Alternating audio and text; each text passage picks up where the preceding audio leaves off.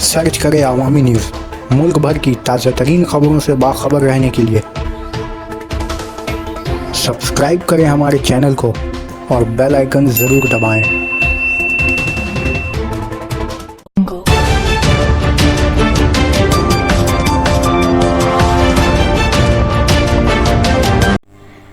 टाला ब्रिज को लेकर जरूरी बैठक, कोलकाता 17 अक्टूबर।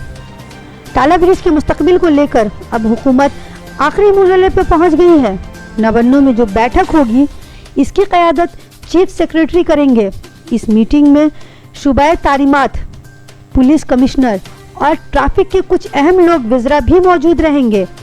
याद रहे कि मुंबई से आए सिविल इंजीनियरों ने एक खसूसी टीम ने टाला ब्रिज का मुशाहिदा करने के बाद ये फैसला दे दिया कि इस पुल की हालत निहायत ही संगीन है। कभी भी कोई बड़ा हादसा हो सकता है, जिसकी वजह से फौरन पुल पर से भारी गाड़ी और बसों को ममनून करार दिया गया।